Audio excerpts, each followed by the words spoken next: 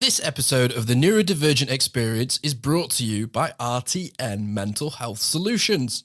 With up to a 5-year waiting list for autism and ADHD assessments via the NHS, and that's even if you get a referral from your GP, getting an assessment in the UK has never been harder. So if you're like me and can't wait anymore, going private may be the best option for you. RTN offers online assessments for kids aged 6 right up to adults, with prices starting at £900. To make it more accessible, RTN can offer payment plans up to 5 months.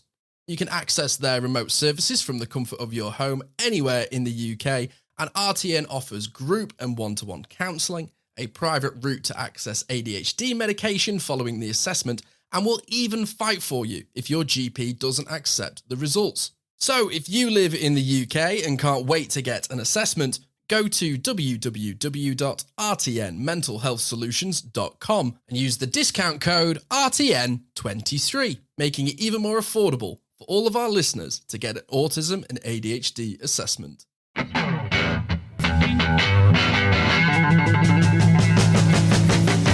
Hello and welcome to the Neurodivergent Experience. I'm your host, Jordan James, also known as the Autistic Photographer, and I'm joined once again live in person by my co-host, Simon Scott. Hello. Yeah, we're doing another episode live.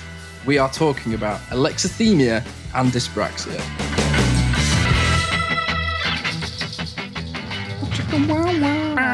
I struggle to talk how I feel. Yeah, as you do. Yeah, I do. So you've been at my house now for 7 weeks. I'm wondering when the hell you're going to leave. No, you've been here for 5 days. Yeah. Is it 5 days? 4 days? We don't count Friday because you turned up like too late to even count that. As 4 days. I've been here 4 days. You've been here 4 days. A bit. And you're feeling it, aren't you? I'm tired. You're tired, yeah. Too much stimulation. I'm all tuckered out. I've been seriously overstimulated. Don't get me wrong, I've had super amounts of fun. I've loved spending time with you, but I'm all tuckered out. Yeah, I'm a lot. Just letting you all know this. I am a lot. I am just one giant vibrating stimulation machine. You are very, very stimulated. I'm very in everybody's face. I take a while to get used to, and even when people get used to me, they're still like, yeah, I need a break from you because you're a lot. And that's cool. I'm happy for it. That's the thing, is that when people say, oh, I need a break, I'm not going to get insulted by that. I don't feel bad because I'm like, well, as long as you come back. It's the people that go, I need a break, and then just never talk to me ever again. And I'm like, well, that hurt my feelings. No, totally. I totally get that. But if people just like, okay, I need, but there's not just that, but I mean, you miss Caris and you miss your own bed, and you've got the tism, man, and you've got it's running wild on me today. Yeah, you need your safe space. You need your own personal space. Me, I'm already in my space. I have missed my bed. I've missed my head strokes that help me get to bed. Oh, you should have said. I would have happily given you head strokes. No, I know that, but we were in bed. You've not got the nails like Caris has got. Is it like a Wolverine? Oh yeah, she gets them done, and I'm like, finally. Like, yeah, no, it's absolutely fabulous. But yeah, it's I've had a really lovely time. We've had a lot of fun. We've been to the cinema. We've played golf. I had a meltdown in golf. You had a meltdown during golf, which you learned quickly. How do you deal with a Jordan meltdown? Walk away. Don't talk to him. Just walk away. I was like, "You're all right," and you were like, "Don't talk to me." I went, "All right." Do not talk. There's only one person that can help, and that is Sylvia. If Sylvia's not there, everybody just leave me alone. I literally crossed the fairway. Was like, "You all right?" And you went, "Go away." I went, all right, then. She just turned around and was just like, all right, see you at the next one. And then I just picked up my ball. Well, no, my ball went in the pond. There was no ball to pick up. I think that was like, the problem. Pond ball. And then I just sat in the buggy and I just chilled out. And then after that, it was still there, but it wasn't as bad. And then we had fun. We did. I got a birdie. You did, and I missed it. I'm really sorry. Yeah, no, you don't care. I was all happy. I was like, oh, I did a good thing. And I was like a little kid, like trying to impress their dads. Like, Dad, I just hit a home run. And the dad's like on his phone. I was marking the card. Yeah, but you are on your phone a lot. No, I've been pretty good the last couple of days. I know. It's I've been pretty good the last couple of days. Because I'm just a good influence on you. And as soon as you go back, you'll just be terrible again. Because I fix everyone. I think I'll be okay. No one's okay without me. So what are we talking about today? Alexithymia. Dyspraxia. Wonderful. So yeah, alexithymia. Okay, so we'll get all sciencey for just a second. We don't really like doing this because it's more about our experiences than about factual information, says the guy who can't stop talking about synaptic pruning. Alexithymia, also called emotional blindness, is a that would be dyslexia. A neuropsychological phenomenon characterized by significant challenges in recognizing, expressing, sourcing, and describing one's emotions. It is associated with difficulties in attachment and interpersonal relations, according to Wikipedia. No, I don't have that. You have that. I'm like the poster boy. Well, that's the thing, and we like talking about like how we all experience roughly very similar things, but we do it very differently, and it affects us differently. And a lot of that is because brains are clay and they're shaped differently, and your traumas have shaped your brain, and your experiences have shaped you. My experiences have shaped me, and everybody is different. So what might not bother me might hugely bother you, and vice versa. And that's the thing about being neurodivergent is you can't, and I've noticed with a lot of NDs, as they'll say, well, that bothers me, but it doesn't bother me that much, so it shouldn't bother you that much. Like they find it really difficult to go, well, that's my thing and it doesn't bother me, so why are you bothered by it? Yeah, totally. Because they think because the way they're experiencing it is the way that everybody experiences it, but it's just not. It's just not true. Completely unique to each one of us. So how would you say that alexithymia, how does it affect you, like in like the worst way on a day-to-day? I can't even get my words out. It's like I go mute, and I really struggle to just say what I'm thinking. It's like the conversation is racing in my head, and it's not like I'm talking about what I'm thinking. I'm also thinking about what other people are thinking and going to say, and I just get in this horrible loop. But as an example, I woke up this morning and I went, I'm cooked, I want to go home. But it took me 3 hours to tell you. And I was almost like walking on eggshells around what I wanted to say. And it's not that I couldn't form the words. It's not that I didn't recognize the feeling. It's like it wouldn't come out. It's like I can't explain it. It's this really weird feeling of like it's happening now. It's happening now. I know. It's happening now. Happening. This is what this is. It's like I'm trying to give you I've got like a full paragraph in my head of exactly what I want to say, and I'm trying to think of how to say it so much in a way that I think people will understand me, that I don't actually say anything. And it just almost like, and then I just go quiet. It's like all the words get mumbled up. And the way it makes me feel the worst is when it makes me feel really stupid.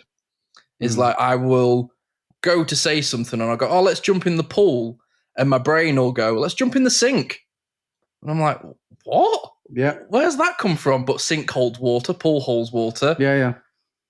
And that's just what happens. And then people turn around and they go, the sink? Oh, Simon wants to get in the sink. Then before you know it, I don't want to say anything because I just feel really self-conscious about the words that I use and the amount of times where I know exactly what I'm thinking, what I want to say, how I want to explain it. And I go, oh, the thing with the thing.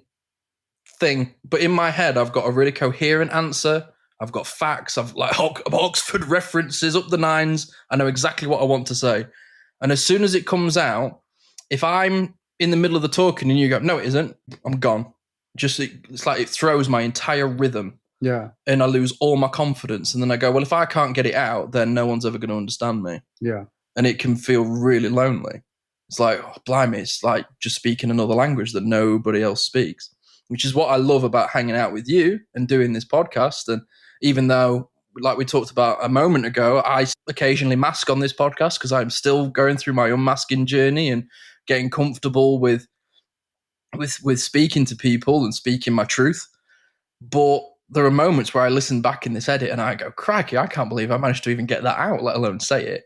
No, I know exactly what you mean. A lot of the times I'll start speaking And by the time I finish speaking, I have no idea what I said. Mm. And everyone around me is going, that was really profound. That was really amazing. Oh my God, you've changed my life, like in a talk. And I'll finish and I'll go, Eh? Really? Yeah. Like what I did then, you understood that?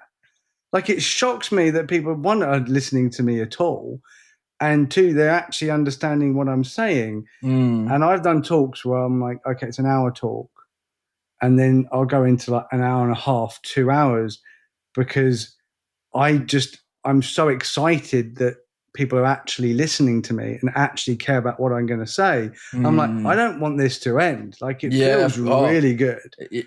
This is the thing, this is why I've done, theatre and performing my whole life. It's easy to get the words out and you've memorized them. Yeah, I mean, I've never had a problem. Well, as far as alexithymia, I've never had a problem saying what I think. My thing with alexithymia is that when I say what I think, it will come out the wrong way. So there'll be a part of my brain that will go, I don't really like that very much. And then because I don't really know how to say that or how to explain it further. We literally had this morning. I just go, well, I think it's and then that's it. And I'm like, I don't really think that, because I'm like, that word means it's the worst. I think the worst of it. That's what I was saying to you, yeah. But I don't actually think the worst of it. I just want to end the conversation because I don't like that thing, so I don't want to talk about it. And especially when you're around other NDs who really like something, they like to really talk about it. It's a get out of jail free card, right? And I don't want to talk about it because I'm also ND. So that's the thing that this is brilliant, because like, we're doing a podcast right now, and you listeners are really actually getting to see what it's like when two NDs are just in the same space for a long period of time we're not used to each other at all. No. We are very, very, very close, but most of our interactions are either through messages, through talking on the phone, through doing this podcast. Most of it is just in a different area, and we're in the same space. So many more things come into play. Oh, so totally. Many more things. And things have surprised me as well. Is like when... Is it how good looking I am in real life? So when we were playing golf yesterday, I can't give people compliments. Is that Alexithymia? Is that a thing? I mean, no, it's just you've been a dick. So when we were playing golf yesterday, right? You couldn't take your eyes off me. This is the example, right? Go on. When you had your meltdown yesterday, when I'm having a meltdown, it's just walk away. I just go, right, where's Simon? Oh, he's under the stairs. It's like, that's my meltdown. I disappear into a void. And then if you get near me, that's when I lash out. I never lash out physically. I laugh out verbally, rather than going, oh, I'm really sensitive. Could you get away from me, please? I go, get the F away from me before I effing kill you. And that's not what I mean, but I know it will get people away from me. And that is a difficult thing to navigate. But then when you had your meltdown, I didn't know how to talk to you after that, because I was like, are you all right? Are you okay? But you don't want me to talk to you. So I was then in this like limbo of going, well, I want to make sure that you're all right, but I'm also a bit worked up now, so I need to make sure that I'm all right. So I kind of just had a bit of time to myself just internally, and then after that, I actually found it quite difficult to string a sentence together. It's like you were going, oh, where's your ball? I'm like, oh, it's over there it's over there. Rather than being able to go, it's in the long rough, it's over there, I've hit this, I've hit that, which normally I can do. Yeah. But after I saw you have a meltdown and was concerned for you, and was also a little bit like, I don't know what to do. Should we just leave? Like, what should we do? But then I was also like, no, I really want to finish this round of golf. So if there was like this really weird like battle that was going on where I was doing the thing that I really, really wanted to do, but I was also concerned for you. And when things like that happen, I can't get my words out. So I don't like people being concerned for me. It flipping annoys. But I'm concerned for everybody. Is the I know. issue, yeah, but everyone's concerned about me. There's people listening right now who go, yeah, I worry about Jordan sometimes. But I never worry about you. I just care about you. Yeah, Stop I've that. never seen you had a meltdown. Yeah, though. see, that's my problem, is that you go, I care about you. And I go, yeah, don't do that. Don't do that. But it's out of your control because I already do. So No, yeah, but I mean, I want you to, but I just like, at the same time, I'm like, yeah, don't do that. It's annoying. that makes sense. Yeah, just shut up. Oh, I don't know what to say now. I'm just like, oh, shut up. But that's what I mean, is like that, maybe that's it for you, is like the fact that I've gone, I care about you, yeah, go away. And it's a similar sort of thing to what I have, really. It's not the fact that I don't want people to care about me. I just don't want them to tell me that. Right, okay. No, not you. Love is tiff. No, but and it's the same way as like you've had a bad back, so I recommended the hockey ball technique. Yeah, that's the hockey ball. The hockey ball technique on your glutes. And I said, get one. And then I thought, oh, he's never going to actually do it. So I literally bought you one and sent it to your house. So it's waiting for you at home. Yes, I'm sorry to do that. And your reaction was, okay, cool. And that exact reaction, that's what I'm used to. Because I didn't think of you being unappreciative at all. Because you know I'm really appreciative. Because I know you really appreciate it. And if you'd have been like, oh, mate, that's the best thing ever, then I'd have been uncomfortable. I'm not appreciating it. If I'm doing that, I couldn't give a crap. I couldn't. If somebody literally gets me a present and I'm like, oh my God, that's amazing, I love it so much, my mum would be like, you don't like it. Yeah, you don't like it. And as soon as I like get something and I hold on to it and I just go, yeah. So that really likes it. That brings us to a really, really good point of like present giving and receiving. I love giving presents to people. But you hate getting them. I don't know what to do with them. Yeah, this is the thing. I love giving presents because I love I don't break them making or use people them happy or anything because I'm like worried that people are going to be like, oh, you don't appreciate it, so I'm not going to get you anything anymore. And I'm like, I want things, but I don't want to break them so that I don't get no more things. I don't care about that. I care. I just don't want people to buy things because people don't buy me what I want. White wrapping paper. Why? Do you know what? I don't get it. I don't wrap presents. I give them to people. Here is a gift. You should watch me wrap a present. You don't want a present wrapped by me. I don't want a present wrapped by anyone. I don't understand the point. The only time I think, okay, wrapping might be fun is at Christmas because you put the presents under the tree. Oh, and that's Christmas non-negotiable. I'm talking like it's like birthday. Why are you wrapping it? Just bring it to me and give it to me. Totally, I couldn't agree more. Like, it's the weirdest thing. What about cards? I hate them. Yeah, I hate them. I'm exactly. I don't see the point. You're just wasting. Karis says it's non-negotiable, cards. So I buy her a card. I buy my mum and dad a card because no, you're a wuss. I like it, but I kind of just have a bit of a rule with people where I go, no cards. If you give me a card, I'll put it up, but no cards. I ain't giving you a card. Oh, that's fine. Stupid. Yeah, there you go. Well, that's what I mean. It's just like no cards. No, I'm no point. No. It's not that I don't care. A lot of people are even writing them. Someone else has written. Here's a fun fact. Did you know the woman with the highest IQ in the whole of England writes greetings cards? That's her job. Highest IQ in the whole of England, and she writes greetings cards. That is sotism. It's brilliant. I love that. Because she's like, I've got the highest IQ in the whole of England. Greetings. But I love being creative and writing really nice things and make people happy. I don't need to be inventing new scientific ways of flying to the moon and back, which she has the brain that's capable of doing that. But she's like, I'm going to do my own thing because take it from someone who has a very high IQ. It doesn't make you feel good. It actually makes you feel bad. It's a burden. So it's like I also have an incredibly high IQ, and my favorite thing to do is take really pretty pictures and put words with them. My favorite thing to do is to talk into a microphone and record other people doing it.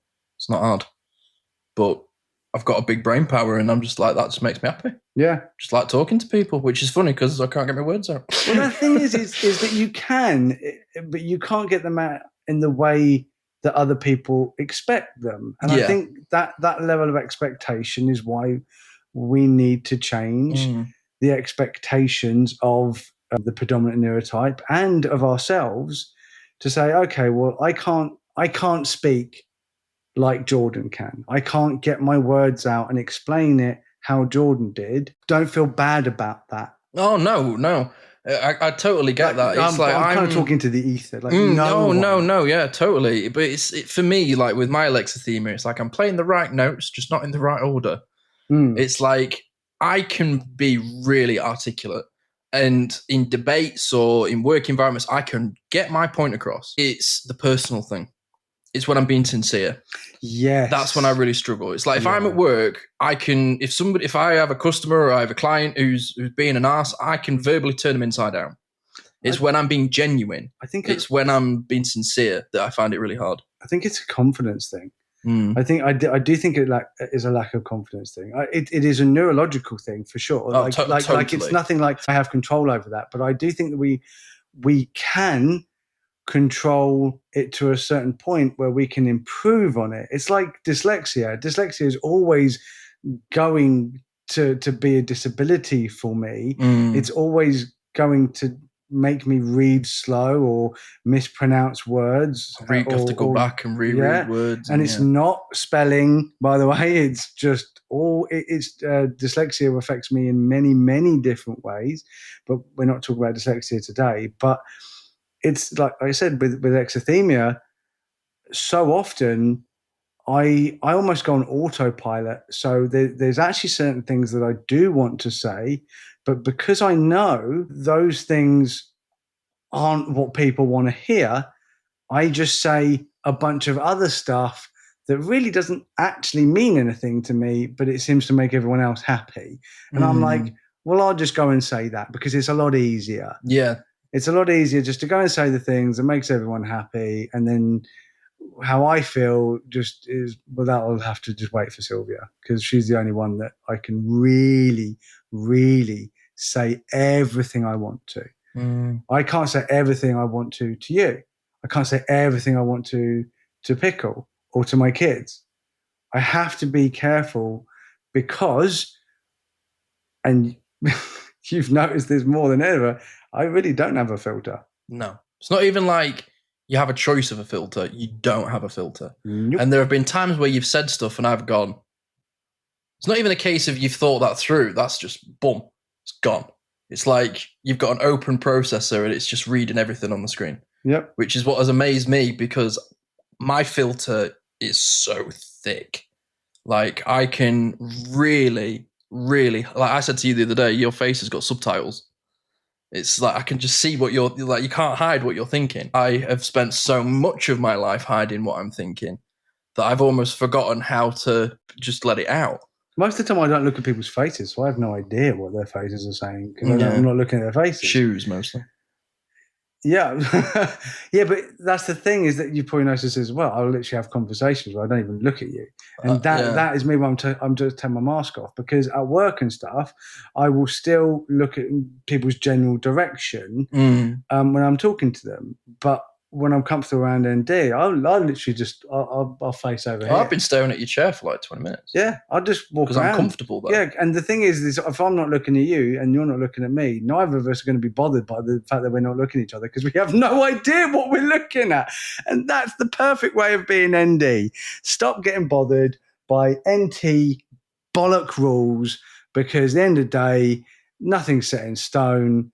And you don't have to look at people in order to talk to them because you and I have amazing conversations where I'm literally staring dead ahead and you're to my side and I'm not even looking in your general direction and yet we're having a full conversation. Yeah. So, I mean, that's another part of being different. But certainly when it comes to alexithymia, totally. I think as well, tiredness massively affects me for alexithymia. If I'm tired, yes, I just can't.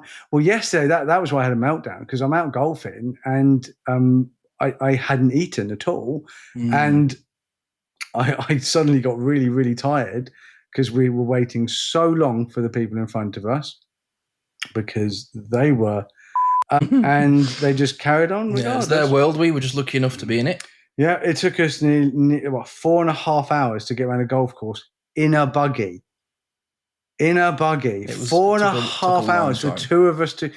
I used to go golfing with like a 4-ball. That would take 4 hours with a 4-ball while walking. Yeah, we did 4.5 hours with two of us, and we're actually both. I mean, you're really good, and I'm quite good. I'm good when I'm. You were better than I thought you'd be. That is for sure. I was a lot better than I thought I'd be. I was actually hitting my drives dead straight. I was really chuffed with myself. I'm got scared of the driver. But anyway, it just took its toll. And on the back nine, by hole 10, I was like, I'm so done. But it was one of those things where I'm like, I am actually, because if you think this is like, oh wow, you are unfiltered. No, this is my filtered version. No, and I know that. How scary is that? No, I know, and I know that. And I have been thinking that. And I was like, wow, this is you with the filter on. I'm like, holy moly, what are you like with it off? Just only Sylvia knows. Only Sylvia knows what I'm like with that off, because she is exactly the same. She will just say everything. We are the only people who we are completely unmasked around. It's just the two of us. And it's better that way. Because I don't trust anyone in the world as much as I trust Sylvia. And I think that it's good that you can have that release, because if you hold that in all the time, it drives me crazy. That's when I've had my most difficult bouts of mental health, when I've not had a space to unmask. Yeah, man, you've got to just let it go. Like if you're in a relationship, like as an example, I was in a relationship during COVID where I was in a 1-bedroom apartment with somebody, and I couldn't unmask. It was awful. Oh my God! I look back on it. I look back on it now, and I'm like, God, I put myself in some nasty situations. Not the fact that it's like bad people or bad places, but just not the right environment for me. And I just kept myself in it because I was like, be a man, like don't be a wimp, and just tortured myself. And now I look at it now, and you know, I've got this podcast. I've met the love of my life. You know, I've got all of these great things going on, and I have that with Caris. She's my little yapper. That's what we do. We have our little like vents at home where she'll get home from work and she just, everything, the mask drops and she's just like, do you know what? And that's it. The day's out.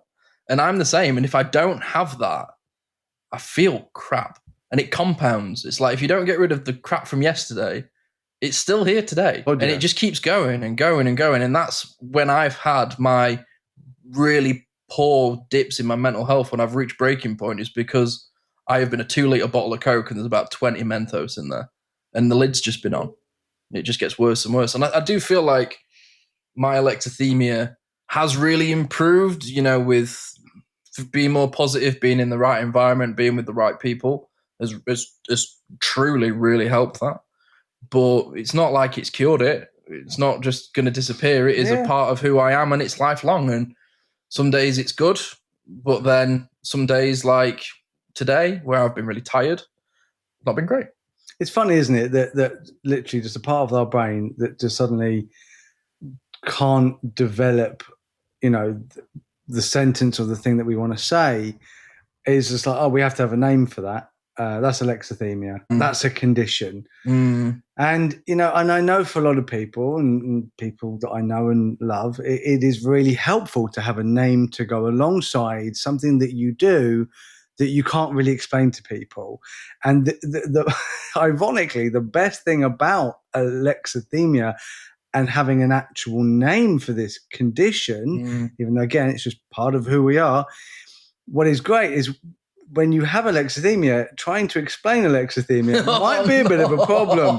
No. It's like being dyslexic and not being asked to spell dyslexia. That's also not a friendly sadistic thing. bugger who did that one. Oh, yes. But seriously, because people go, well, I mean, I do this thing where it's like, but I can't really, and then they literally can't explain the fact that they can't explain things. They can just go, well, I've got alexithymia. And then someone goes, well, what's that? And they go, Google it. Just Google it. It's, my God. I say that to people so much now. I do not understand why people ask questions on Facebook, by the way, because it's like, you're already on the internet. Why does this thing do that? And I'm like, copy and paste that, put it into your Google search, and then press play. And enjoy. And then you'll know. Why are you asking on? And then I was actually told it's because people do that so they can engage with others and they want to have conversations, and it's a social thing. And that does not compute. And I'm like, that's socializing? Commenting on a post for me, isn't socializing. It is not even close. For me personally, it isn't because it feels so. Well, I don't know who's coming back at me. Who knows? Well, the thing is that I'm not lonely, but there are a lot of lonely people. And I'm not going to mock them for being lonely. Oh, I think no, of course not. It's horrific how I've dealt with lonely loneliness. It's people awful. are. And if commenting on something on Facebook and engaging in conversations and asking questions on Facebook and trying to be part of a community makes people feel less lonely, then I'm all for it. Oh, totally. If it works for you, it works for you. Exactly. Just not for me. Just stop asking me questions. I'm not your friend. It amazed me, some of the questions. Do you know what, man? Not you. No, totally. Into the microphone. But I'm not, whoever's listening, I'm not your friend, unless it's Pickle. But like, since I've entered the space and like, you know, started to find my voice in it as well, some of the questions you get asked, mate, and some of the stuff that people kind of put on you, I'm like... Well, even like since you've been here, like how many messages I've got? Dude, like too many. My too child, many. can you help? My son does this. My daughter does this. It's like, I'm really, really sorry that that's happening for you, but there's nothing that you can do, man. Well, the thing is, I have to look at my messages because I don't know what the message is. And then it's somebody asking me for help. And I'm like, I feel so bad for them. But I'm like, I'm just about helping myself here. I'm just about helping my kids and helping my friends. And I'm doing this podcast, and that's how I'm helping. Social media is the best bits as well. It's the highlights. It's the highlight reel. It's why I love doing this podcast, because for all the people that I couldn't answer their messages, for all the people that I couldn't take the time to like actually like make an effort to help, because I just can't spread myself that thin, tens of hundreds of people. And I can't spread myself that thin. I can't hyper-focus on every single person. It would literally destroy me. But I can do this, and we help thousands of people. Hundreds of thousands. Hundreds of thousands. Which is mental. Which is great. I think we put a reel out, which was real helpful. Really? Real, yeah. I was keeping it real, man. Oh. Yeah, dad jokes. And it was currently over 310,000 people it's reached and helped, because it's all about getting a private diagnosis through the NHS with right to choose. It's just helpful information. And we are helping. Yeah. So, you know, Alexithymia is there, and we really hope that, you know, if you've listened, that it helps explain it to you, because not a lot of people know about it. I didn't know about it. I always just thought that my brain didn't work. It was just like, why can't I get my words out? Yes. Stumbling over stuff. I thought I had a stammer or a stutter or, you know, Tourette's or anything, what it actually is. Yeah. And then as soon as I figured it out, it was like, so, of course it is. So simple now that, well, that's the frustrating thing with hindsight, isn't it? Season 2020. Yeah, but at least you got there now. But that's what I mean. 13, you got there now. It's like Sylvia, she really struggles getting her words out a lot of the time. And especially if like we're in like, you know, because we're friends, we hang out a lot, you know, we're not going to like the same things.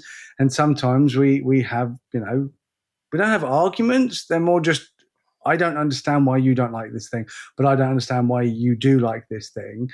And then it will be what I like to call a heated discussion, where I'm actually just getting fed up that she's being having this cognitive dissonance. But then I stop and think for a second. I'm going, okay, she has a very good reason for the things that she's saying. She just can't tell you what that is. So nowadays I'm so much better, because she'll be like, well, I think this thing. And I'll go, okay. And if she wants to explain it, then she can in her own time.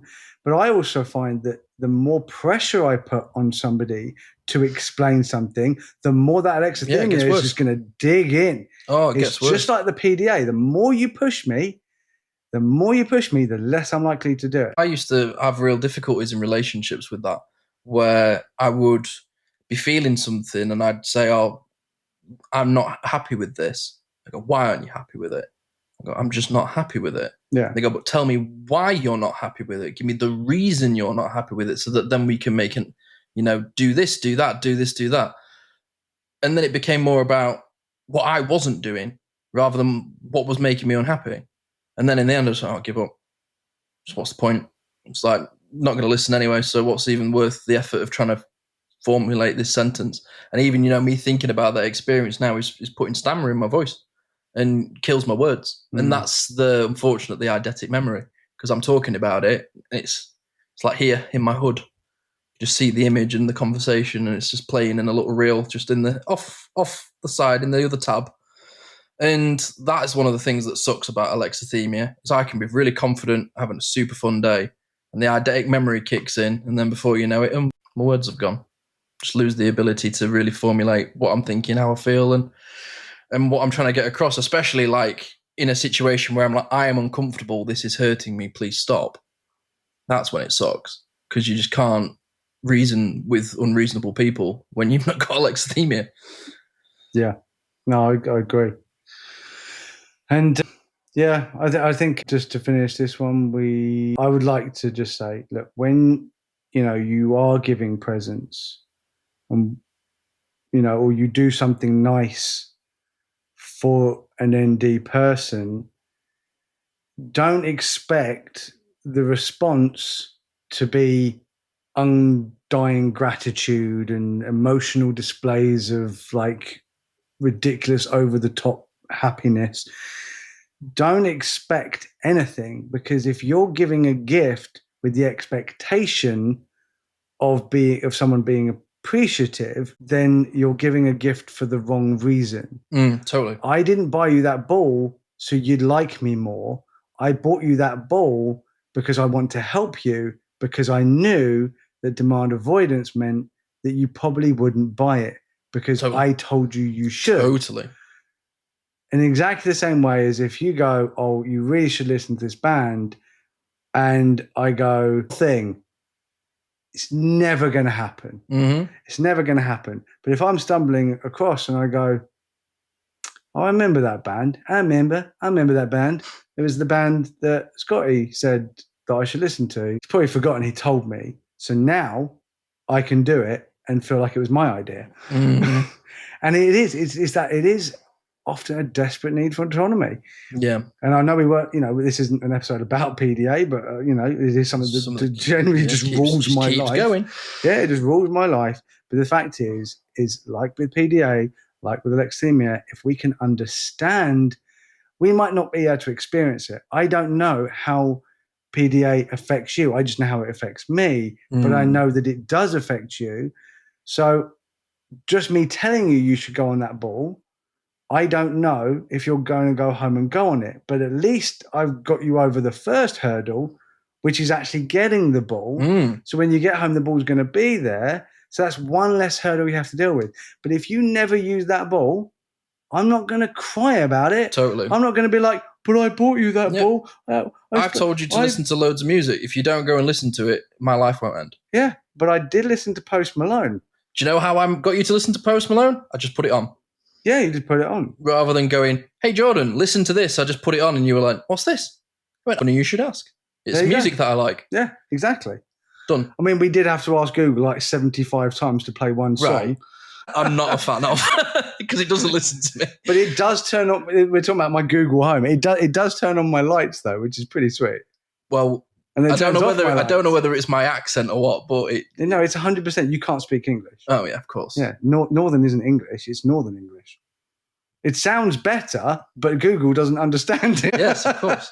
You get all warm and buttery and a nice little feeling inside when you get back from pit, but Google won't work. I love you when you do Northern. I love it. I love the Northern accents, except the Pudlian. All you've got to do is ask them a story about the childhood. They're like, me and my father walked 40 kilometres in snow. Flipping Horvis advert.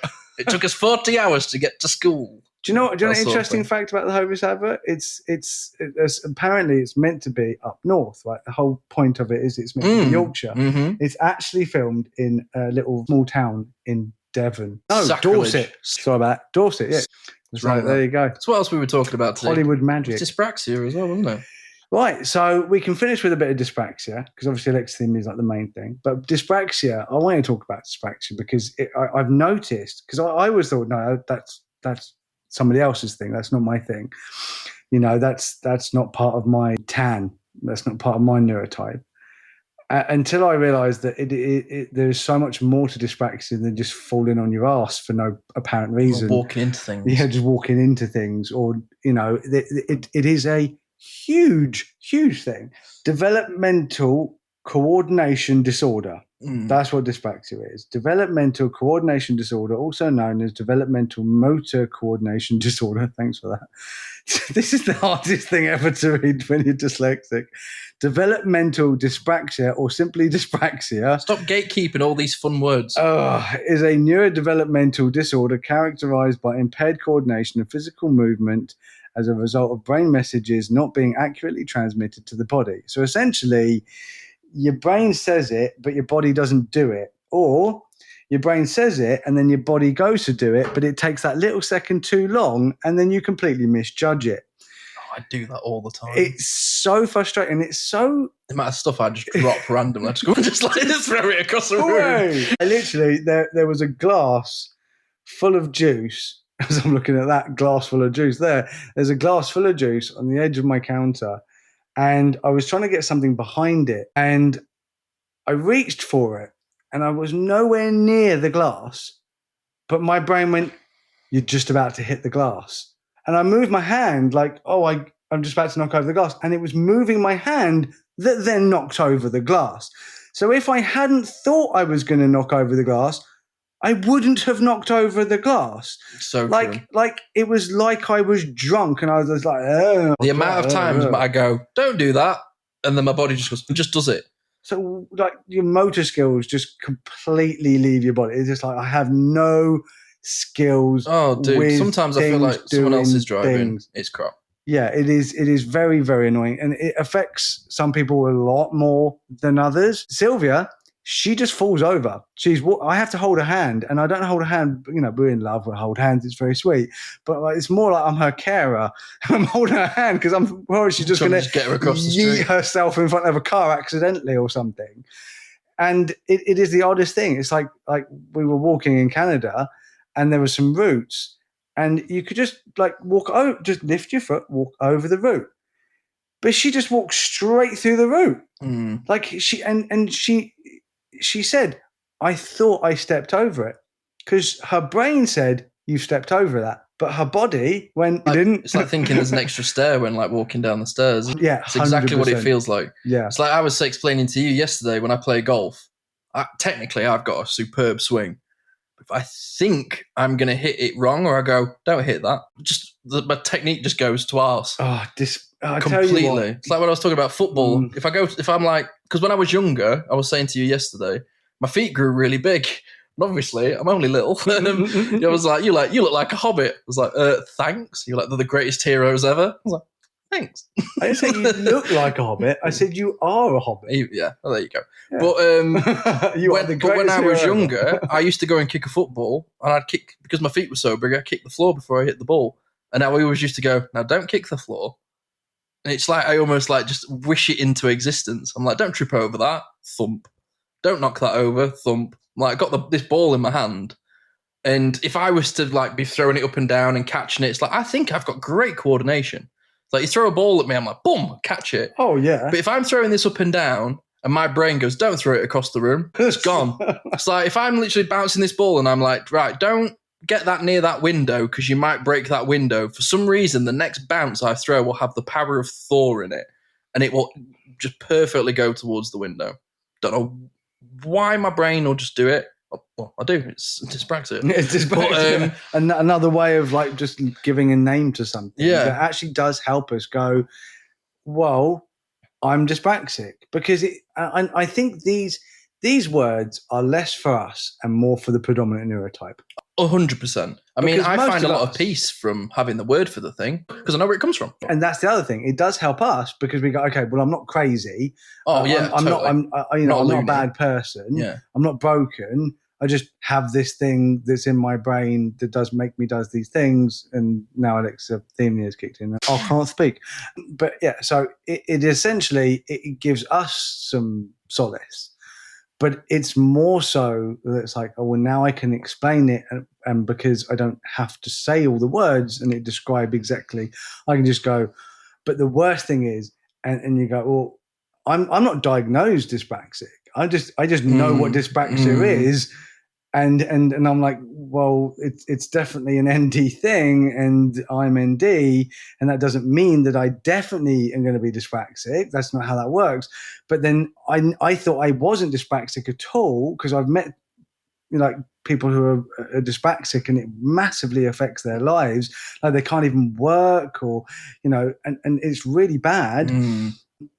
I have a friend that his brain works so fast that his mouth can't keep up with the words, and he ends up just saying words, but I can't always understand what he's saying because he says them so quickly that they almost come out as one word. Like there is no gap. There's no gap. I miss words out sometimes. It's I'll skip, I'll jump ahead. It's like I know that I'm going to go to the shops today, and obviously being from up north, he might go, I'm going to the shops. Love it. But I don't say that. I just go, I'm going to shops. Love it. And then before you know it, it's going, yeah. And I just sound like a diesel engine. Shop. What shop? Me shop now. But that's like kind of like what it could be.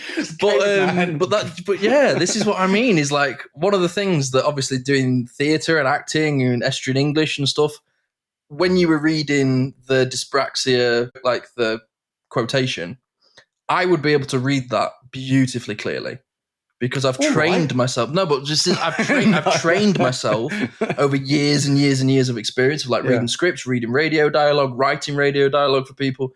You learn the flow of inflection. But what's really, really frustrating for somebody who, like me, who is really smart, is articulate, has deep thinking, is I can't express it until I've written it down. It's like once I've written. It's like if I have a thesis, if I write it down, I have notes to refer to. I have something to memorize. And because of my eidetic memory, I can see it. It's a script. But if I was to then stand up on stage and they go, Simon, give your thesis on blah, blah, blah, blah, blah. If I didn't have notes, never getting out. If I have bullet points of words that remind me of things, I can go, that's fine.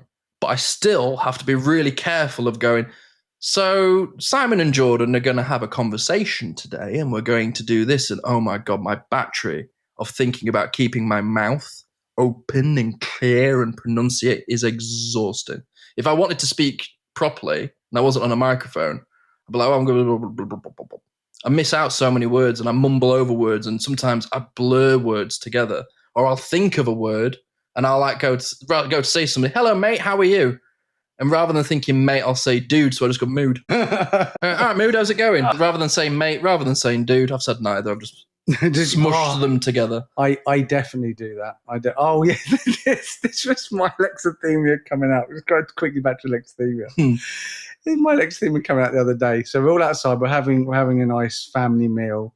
We're doing a bit of banter and stuff. And I basically wanted to say that Simon, my son, he's like, he's like an evil villain. Like that was the word I wanted to say. He's not like an evil villain. We were joking around. And I was like, oh, you're like an evil villain. What came out of my mouth was crime person. And I just went, you're a crime person. That is now... I'm getting messages. I'm getting crime person. My daughter is killing me with that one. She's like, Daddy, are you one of those crime people? And I'm like, I'm never living that one down. That's just one of those moments where you're just like, I'm going to say this one thing, and then this other thing comes out, and it's nowhere near as good. I went to call Karis babe the other day while she was in a towel, and I just called her boob. Is that because you saw something? Yeah. Yeah? Boob. I literally was just like, I was talking to her and I was like, you're right, boob, babe, bubba. That is the most pub laddish we've ever sounded on this. And we'll never do it again. Go on, love them boobs. But that's literally just what happened. I was like, boob. Yeah, boob. Yeah. Crap. Never mind. Right, so dyspraxia as well, how it affects me is that when I first noticed, because I don't really think it affects me with a lot of things, but it hugely affects me with typing. Right, and especially when I'm typing on a phone, my God, I will press every single letter that is not the letter. Sometimes I'll go, I'm going to press E, and I've pressed S. And I don't know if you've ever seen a keyboard. They're not that close to each other. Blimey. Yes. You went off piece, didn't you? Well, I think it's a mixture between dyspraxia, between ADHD, just trying to rush it, Yeah, speed just trying to rush it, and dyslexia, which, you know, just not being able to go. Because the thing is, with me, I know how to spell something, but I'll go to spell it, and then that knowledge gets superseded by the logical way to spell it, and then that's what happens. So giraffe is giraffe. Still, every time I see the Disney logo, I think it's a G. I thought the D in the Disney signature was a G until I was about 17. And I was like, why are they pronouncing Disney when it's written Gisney?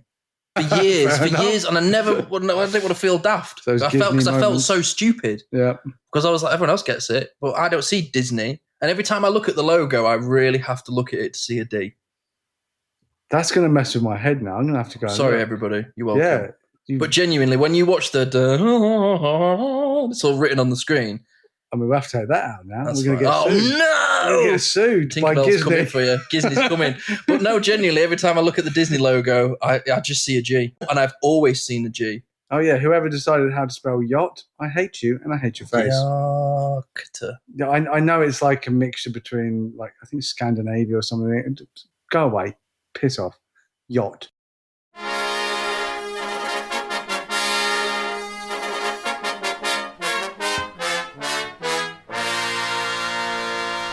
If you know what I've said, but you think I've spelled it wrong, then I haven't spelled it wrong because you still know what it says. That's a very good quote.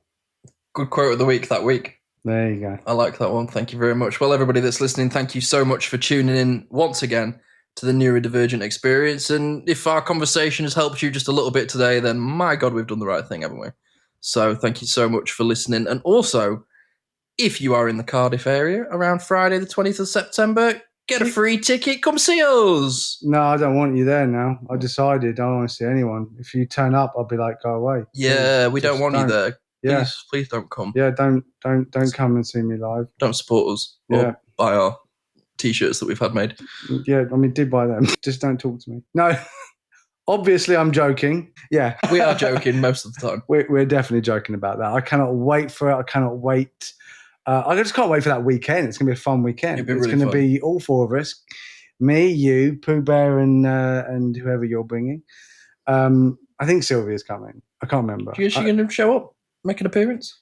Yeah, I mean, if we can coax her out the car and come on. Yeah, Sylvia's like, oh, I'm really excited about that weekend. I'm like, what about the event? And she's like, no. Karis is exactly the same. No. She's like, are you really excited for the weekend? She's like, yeah, it'd be fun going down Wales and having a little weekend away. What about the event? She's like, yeah. But we will. To be fair, I just want to see you at your show. I'm just wondering because me, I'm just me. I just want, let's do this, and then I'll run out of spoons, and then everyone's got to just run for the hills, or just bring me chocolate. Last time I had a meltdown, there was a lady there, and she bought me a hot chocolate and a big slice of chocolate cake.